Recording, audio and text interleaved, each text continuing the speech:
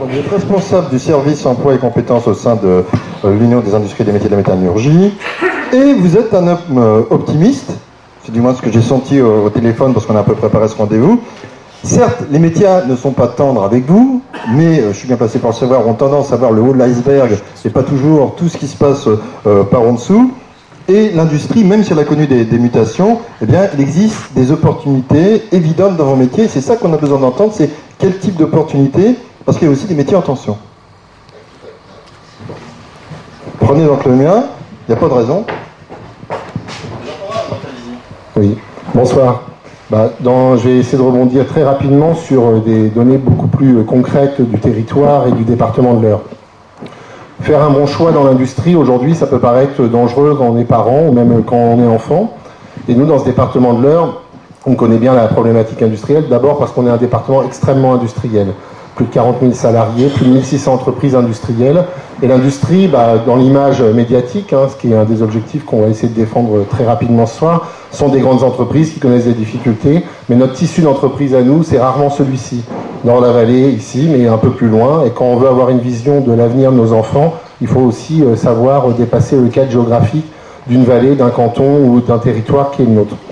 Donc quelques petits points. D'abord, dans notre image négative de l'industrie, c'est une industrie qui licencie. Nous, on connaît, quand on travaille à l'UIMM et qu'on a des chefs d'entreprise tous les jours avec nous, des industries qui recrutent. Mais qui recrutent 1, 2, 3 collaborateurs. Et c'est vrai que lorsque vous entendez parler d'entreprises qui détruisent des emplois, c'est plutôt en dizaines ou en centaines.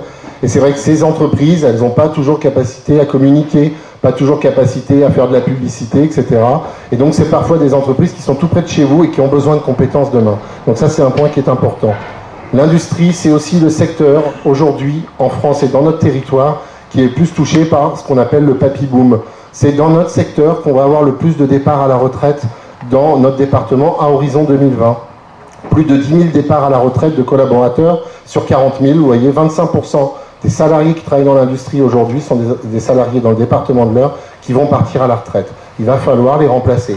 Peut-être pas un pour un, des gains de productivité, des réorganisations industrielles, mais ça fait qu'on aura ces besoins-là, on les a identifiés, ce sont des chiffres qui sont départementaux, c'est particulièrement important. Alors par qui on va les remplacer? Le niveau de qualification, et ça c'est primordial. Pourquoi? Lorsqu'on va remplacer un collaborateur qui est arrivé avec un certificat d'études il y a 30 ans, un BEP, un CAP, aujourd'hui lorsqu'on veut être ouvrier qualifié, il y a un niveau qui est primordial, c'est le niveau du bac professionnel. En chaudronnerie, en soudure, en technicien d'usinage, ce sont des métiers sur lesquels ces diplômes, ils sont adaptés, peut-être que Vincent Aubert en parlera aussi, mais ce sont des diplômes qui sont adaptés aux besoins des entreprises, pour des ouvriers qualifiés.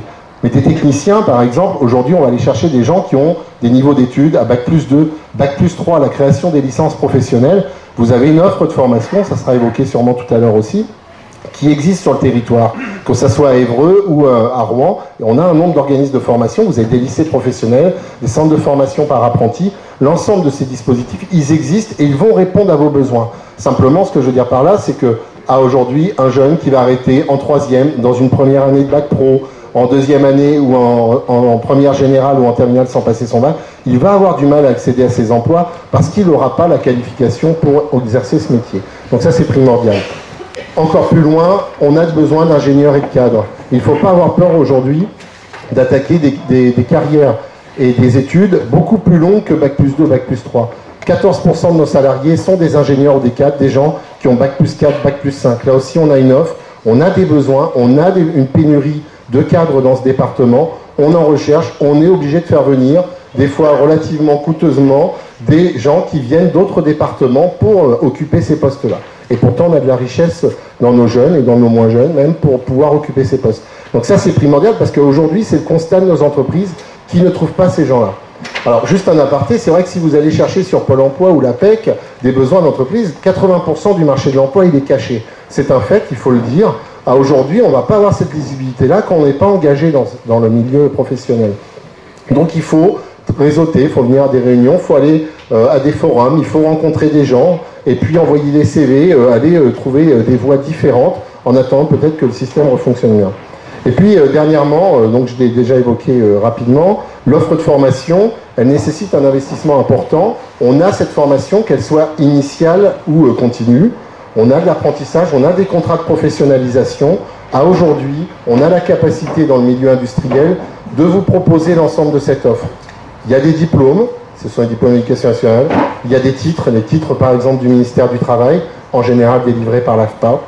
Vous avez des CQP, des certificats de qualification professionnelle qui sont paritaires dans les branches professionnelles. Nous, à l'UMM, on délivre tous les ans près de 200 CQP à des jeunes et à des demandeurs d'emploi par la voie du contrat de qualification ou de professionnalisation, mais aussi pour des demandeurs d'emploi qui vont se reformer.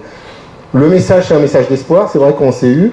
À aujourd'hui, nous, on souffre de ne pas avoir assez de candidats dans nos lycées, dans nos CFA, qui demain seront nos collaborateurs. Il suffit de passer devant des agences d'intérim. En général, vous voyez soudeur, chaudronnier, tourneur, fraiseur, et puis technicien de maintenance, etc. C'est une réalité, et c'est en travaillant tous ensemble qu'on va pouvoir répondre aux besoins des entreprises.